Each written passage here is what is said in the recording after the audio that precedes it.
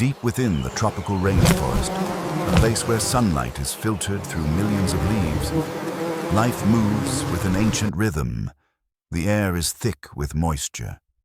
The scent of wet earth, rotting wood, and blooming orchids blends into a perfume that only the wild can create. Here, nothing is ever truly silent. Even the stillness hums with hidden life. Tiny insects crawl across mossy bark. Birds call to one another from impossible heights. In the distance, the rumble of waterfalls echoes through the trees like the heartbeat of the jungle itself. This forest is a cathedral, vast, sacred, and unforgiving. And within it, every creature plays a role in a grand, merciless performance. Today, in this ancient arena, a battle is about to unfold. A confrontation between patience and fury, between calculation and chaos, between a solitary hunter and a furious nation of wings and stinger. This is the story of the green viper versus the swarm. On a branch slick with morning dew, a green pit viper lies draped like living jade. Its scales shimmer with emerald hues, merging seamlessly with the foliage. It is motionless, not because it is asleep, but because stillness is its weapon. For hours it waits, breathing slowly, eyes wide open, body perfectly balanced. A master of ambush, a sculptor of silence. The viper is a predator engineered by evolution to strike only once, with precision so absolute that movement becomes unnecessary. But today, beneath this facade of perfection, one miscalculation will change everything. As a small gecko scurries along the branch, the viper's eyes lock onto it. Muscles coil beneath the scales, a spring loaded with lethal intent. Then it strikes. A blur of speed, a flash of green, a perfect arc. But in that split second, its tail brushes against something it should never have touched. A beehive. The hive trembles.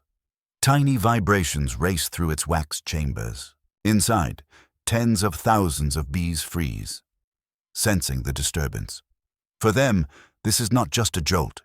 It is an attack, and the rainforest holds its breath because it knows what comes next. The hive erupts. A dark cloud surges into the air. Not random, not chaotic, but purposeful.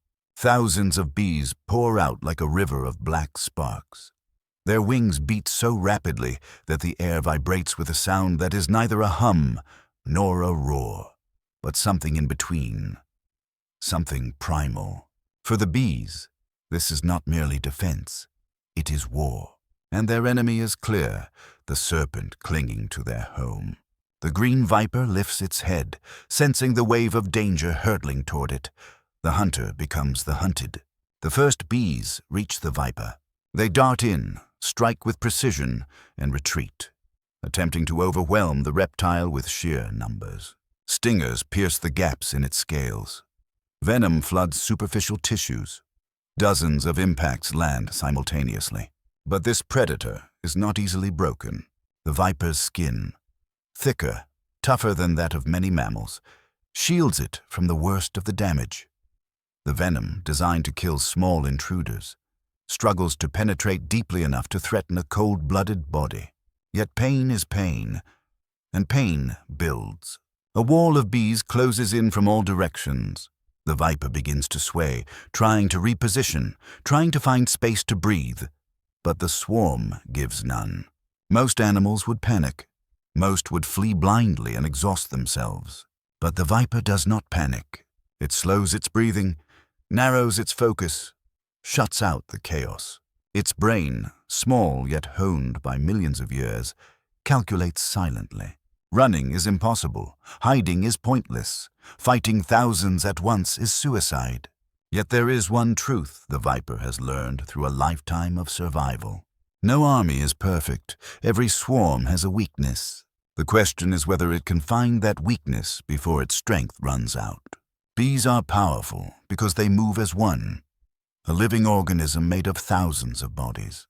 But anger disrupts unity. Rage destroys order. The swarm grows louder, wilder, more reckless. They strike wherever they can without precision. Sentinel bees, the guardians who should maintain formation, push too far forward. They leave gaps, openings, flaws in the wall of wings. The viper sees it, not just with its eyes, but with instinct, an ancient algorithm of survival. And for the first time, it strikes back. With a lightning-fast snap of its jaws, the viper eliminates the first sentinel. Another falls, then another. Each strike is surgical, precise, designed not to kill the hive, but to break its structure. Bees buzz frantically. The formation trembles. The viper's strategy becomes clear. Take out their leadership. Shatter their coordination. Create confusion. But every counter-strike brings more stings, more venom, more pain. The viper's muscles throb. Its breathing grows heavier, yet its resolve remains unbroken. In every battle, there is a turning point, a moment where the impossible becomes merely difficult. For the viper, that moment arrives when it makes a fateful decision. It does not retreat. It moves toward the hive. The closer it gets, the more chaotic the bees become. They swarm harder, sting faster, scream louder in their insect language. The viper pushes through the pain, through the burning in its scales, through the dizziness creeping into its mind. Its objective is simple, brutal, and necessary. Destroy the hive, the heart of the swarm's fury. It accepts hundreds of stings because it understands a brutal truth of the rainforest. To neutralize a swarm, you must break its home. When the viper reaches the hive, the bees unleash everything they have. They form a wall of bodies, a living shield, a suicidal barrier to protect their queen. But the viper does not hesitate. It twists its body, coils tightly, and strikes with every remaining ounce of strength. The impact shakes the hive. Wax fractures. Comb chambers collapse. The inner structure falls apart. The fortress is breached. The bees scatter. Their ranks shatter. The roar becomes disjointed, broken, panicked. For the first time, the swarm loses its unity. And with that, the viper regains the battlefield. The viper retreats slowly, exhausted but alive. Its body is swollen with stings. Blood seeps between scales. The venom burns like fire beneath its skin. Yet it moves with a kind of quiet dignity. The dignity of a creature that has survived the impossible. Its victory is not elegant, not graceful, not glorious. It is a victory carved from raw endurance, from stubbornness, from willpower strong enough to cut through agony. This is not luck. This is not strength alone. This is persistence.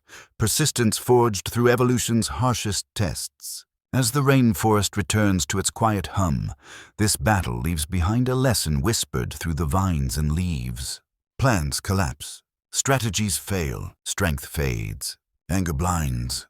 But survival belongs to those who endure, to those who push forward even when outnumbered, to those who accept pain as part of the path, to those who understand that sometimes victory is not about defeating the enemy, but outlasting them.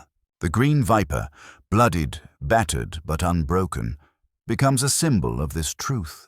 The rainforest does not mourn. It does not celebrate. It simply continues. Life moves, life adapts, life survives. And within this endless cycle, one story is written today. A lone viper faced a nation of wings. It faced chaos, fury, and thousands of stingers.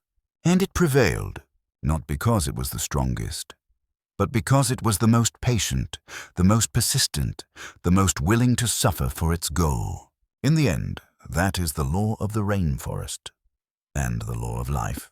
Endure the pain others fear. Persist when others break, and you will survive.